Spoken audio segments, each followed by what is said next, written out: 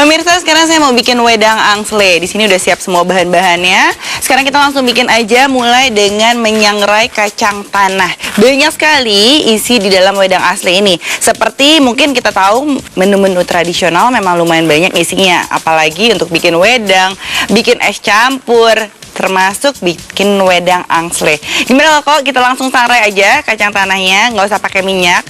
Jadi cukup kita langsung panaskan di wajan yang kita sudah panaskan terlebih dahulu. Oke, sekarang kita cuma tinggal bolak-balik aja sampai dia kecoklatan. Disangrai itu adalah dipanaskan di atas minyak tanpa diberi minyak. Jadi seperti ini sampai dia berwarna kecoklatan. Oke, kita akan tinggalkan dulu kacang yang disangrai sampai dia kecoklatan. Kita akan mengkukus ketan terlebih dahulu. Saya akan mengajarkan di sini mengolah ketan dari nol. Jadi biasanya kalau kita lihat udah jadi, kok bisa pulen banget. Tapi kalau kita biasa bikin, memang paling gampang tinggal dimasukkan aja ke dalam rice cooker. Tapi coba deh cara tradisional yang satu ini, mungkin sedikit panjang, tapi saya jamin rasanya, legitnya jauh lebih enak daripada cuma masak di rice cooker aja. Ini adalah ketan yang mentah, jadi berbeda dengan beras, teksturnya jauh lebih putih warnanya, dan juga lebih padat, seperti ini. Kemudian kita langsung harus mengkukus. Jadi udah cuci bersih terlebih dahulu. Kita akan masukkan ke dalam kukusan kurang lebih sampai 15 menit setengah matang. Nah, di sini saya udah punya yang dikukus. Oke, ini saya udah kukus setengah matang ya, di bawah daun pisang supaya juga jauh lebih wangi. Setelah kita kukus setengah matang, akan kita campurkan ke dalam santan. Oke, kita lihat lagi nih kacang sangrainya udah beres ya. Kita langsung sisihkan aja untuk kacangnya. Kita langsung mau mengolah ketan kita. Pertama, kita langsung panaskan dulu santan yang sudah dicairkan. Jadi, biasanya kita campur apabila di rumah ada santannya, santan kental.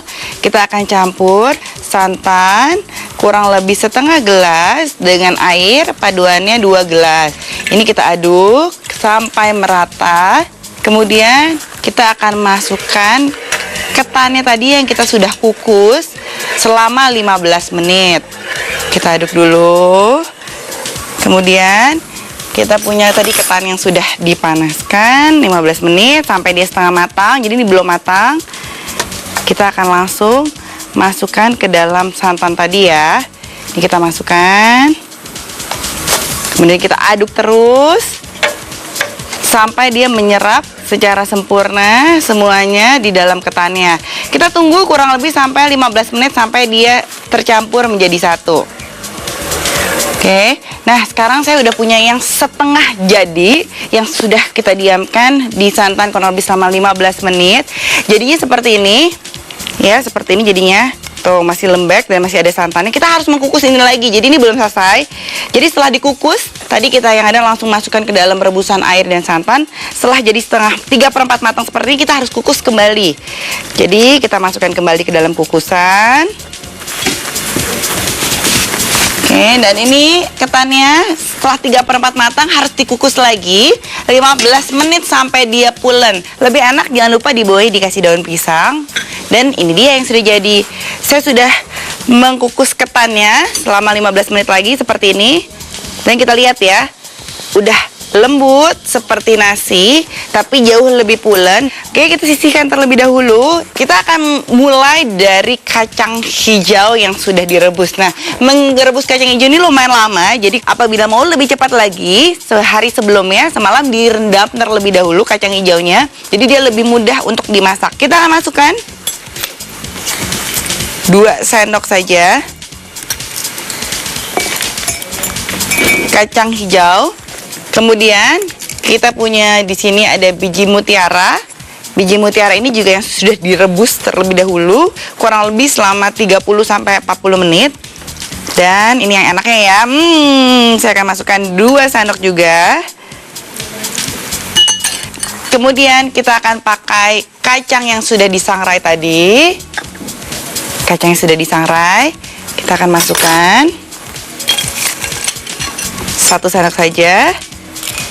Kemudian kita akan masukkan tadi ketan yang sudah kita bikin, tapi saya akan bulat-bulatkan terlebih dahulu.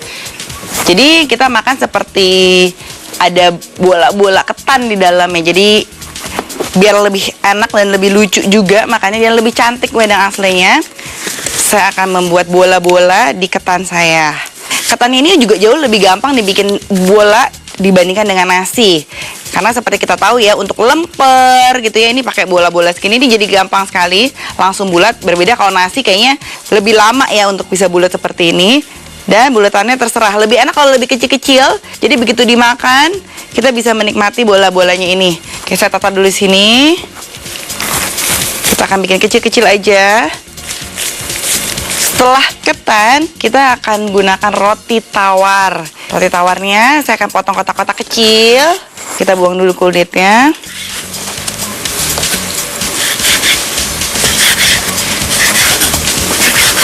Sudah cukup? Kita akan pakai untuk kita masukkan ke dalam gelas. Oke, udah ada roti, ada kacang hijau. Udah selesai ya semua bahan-bahan dalamnya. Kita akan bikin wedangnya.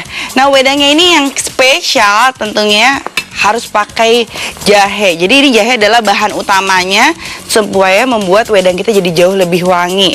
Jahenya akan saya bagi dua dan saya geprek supaya dia ada bau dari jahenya ya. Kita nggak bakar terlebih dahulu. Kalau bikin biasanya wedang jahe banyak yang bakar. Kalau ini saya langsung aja. Langsung saya rebus bersama dengan santan dan juga gula.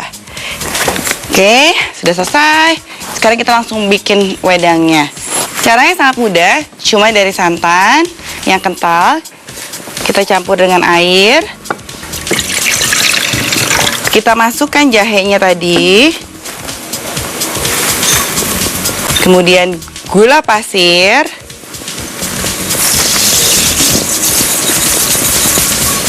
Kemudian kita punya daun pandan juga.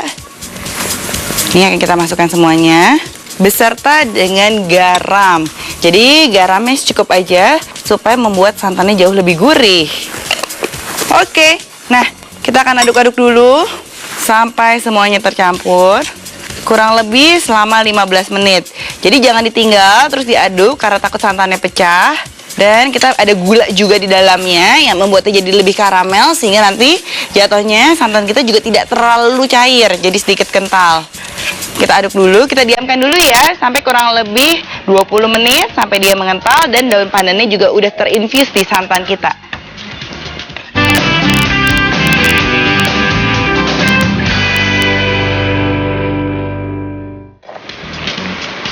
Setelah 20 menit semuanya akan tercampur seperti ini dengan konsistensinya tidak terlalu kental tapi juga tidak terlalu cair, dan kita bisa langsung menuang wedang kita di atasnya. Benar-benar kembali ke kampung halaman.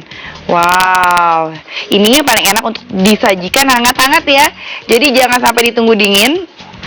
Sudah jadi, bisa langsung disajikan bersama dengan mantau kita tadi. Gimana? Gampang sekali kan pemirsa? Udah jadi dua makanan dan juga ada minuman tradisional untuk kita hidangkan setiap saat. Nah, gimana sekarang kalau saatnya pemirsa langsung catat resep-resepnya sambil saya bawa dulu ya ke meja makan.